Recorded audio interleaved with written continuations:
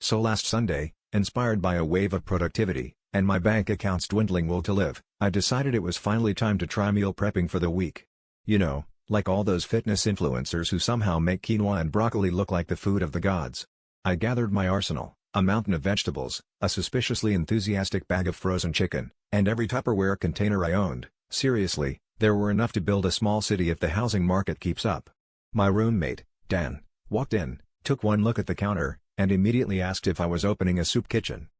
Things started off perfectly normal, but 2 hours and one minor zucchini-related injury later, I realized I'd vastly underestimated the required logistics.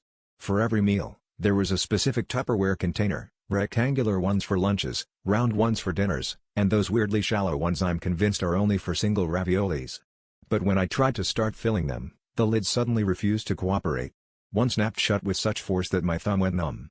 Another kept spinning in place like it was auditioning for the next Fast and Furious. But the real kicker was when I tried to close the largest container, and it let out a pop so loud Dan ducked behind the couch.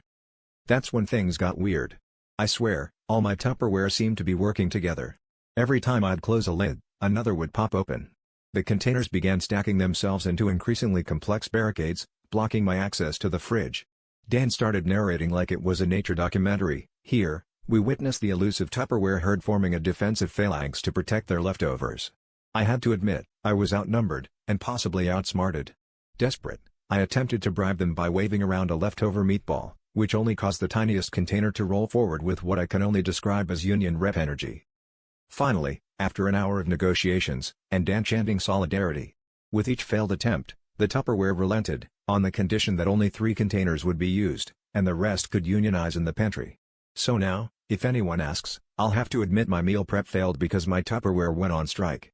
Guess I should have known, when you try to organize your meals, you risk organizing your containers. Turns out, I was boxed in by collective bargaining.